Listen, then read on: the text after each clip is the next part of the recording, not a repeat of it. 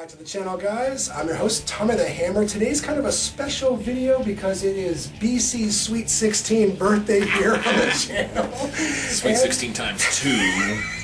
You know what that means? It's the man's pick. What are we watching tonight? Alright friends, tonight we are watching Mechanical Violator Hakaider. It is a tokusatsu film, so I love Japanese films. I wanted to pick something that felt representative of me, something that I know I love and I feel like my friends will love. And this is like dudes in giant suits, guns blazing, motorcycles, bad shit happening, good, evil. It's everything you could want, on a Friday night where you're getting fucked up with your friends. Yep. So that's what we're going with tonight. Amen, brother. Thank you for bringing this awesome pick. Never heard of it. John, have you heard of this? I've never heard of this either, but it sounds like an absolute meatball right down the middle of my wheelhouse, like I'm ready to knock this out of the park. This is going to be sweet. All ball references aside, I can't wait to check this out. You guys know this routine. Peep that motherfucking trailer. That shit. And we'll be right back, guys. Cheers. Yeah.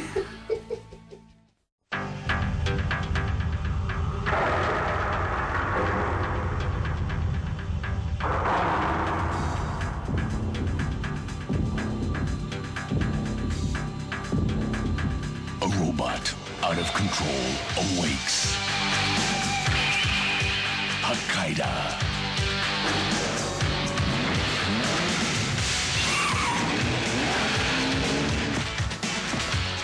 The strongest. Mechanical. Violator.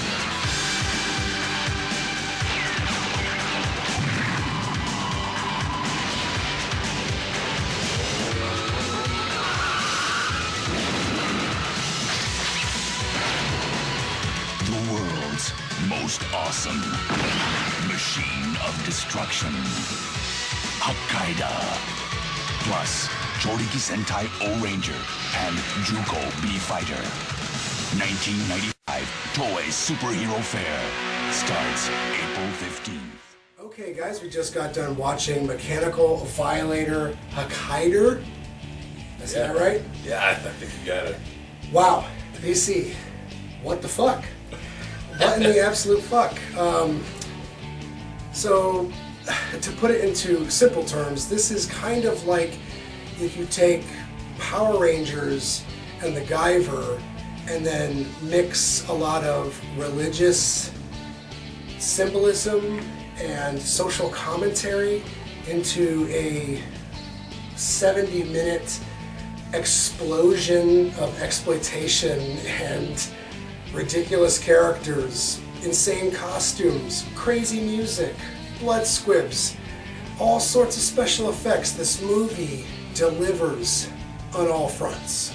I have seen a lot of anime in my life. I have seen a lot of live action, Japanese films, and I've seen a lot of live action interpretation of anime films, and I feel like I'm missing an anime here because this feels like such a live adaptation. Like, this wants to be an anime so bad, right? Like, these ridiculous characters, like ridiculous in a good way, don't get me wrong, but especially our main antagonist, our robot characters, just the outrageous costumes that everyone has. Yeah. Listen, it was my birthday.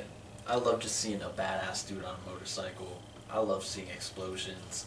I love all that macho masculine shit in a movie sometimes. Yeah. I love, had all of that in spades. And special effects too. Everything you could imagine. Dude, there's a curb stop in this. People get set on fire. People fall from balconies. Everything happens in this movie. Mm-hmm. We're not even scratching the surface. And again, it's only 70 minutes long. And that's the director's cut. You can watch a 55-minute long version. It's not an acting showcase. Yeah, it's not there's not a lot of story, but the themes are deep. At the end of the day, it's good versus evil, and with its imagery and with its action, it tells you which side it's on. You know what I mean? So we were kind of talking before we got into this about expediting our review because at the end of the day, in a way, like There's a lot you could talk about with this. there's a lot you could, but it's also very midnight movie cult exploitation. It's unusually deep for that level of a film. At the very end, it started. I don't know, like it transitioned into something a lot more. And there was still insane action sequences going on. There was robots fighting, there was giant mechs ripping each other apart, all sorts of crazy imagery, and then the ending is kind of ambiguous. Did our main character survive, or did he move on? Was there another story to tell? We'll never know. I didn't outright hate it. I wasn't necessarily in love with it. But I haven't seen anything like it. At this juncture, I'm going with a flat 7. Oh. Okay. Flanking this birthday boy here.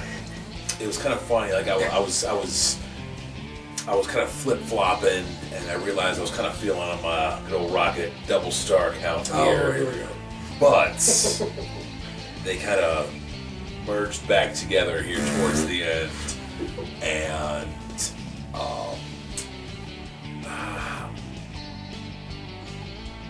I was feeling some of it was like, man, this is kind of, I don't know, I was a little off. I was having a hard time kind of getting into a few aspects of it, so I was feeling a 6. But like things like those outrageous costumes, like our robot outfits, and like the motorcycle scenes that were blowing shit up, that's 10 out of 10. So I'm gonna kind of fruit those together. This is an 8 out of 10, What? with maybe even a little room to grow, honestly, because I love anime, and this feels like such a live action anime. That final showdown really does just like bring it home for me. I love that stuff. Oh, that final showdown made it. And It just- if you love anime, if you love stuff like Kamen Rider, like anything like that, tokusatsu films from Japan, I think that you will have to see this. It's like one that you should see if you have an interest in that stuff. So for me, it's a 10 out of 10. I love this shit. I eat it up. It's just great. Give me the explosions. Give me a guy on a motorcycle. Give me fire. Like, give me good and evil. Love that shit. So, 10 out of 10. Wow, yeah. And it's kind of like John was saying over here, like there's room to grow with this. Like I would love to revisit this, and it's the type of movie that you can pop on. Maybe even that shorter cut you were mentioning. Yeah, the type of movie that you just throw on at a quick party. and dirty hour. Yeah, like, you know, just you throw it on to buzz through TV. it. Why not, right? Like, Exactly. yeah, it's ridiculous enough, and I feel like if you've got a party and a lot of people hanging out and they want to watch some crazy Asian costume-centric action, sci-fi, fantasy, what the fuck movie, then this is it, man. And this would grab everybody's attention, and just like, what the hell is going on? Because like, anytime you're looking at the screen, you're like, what?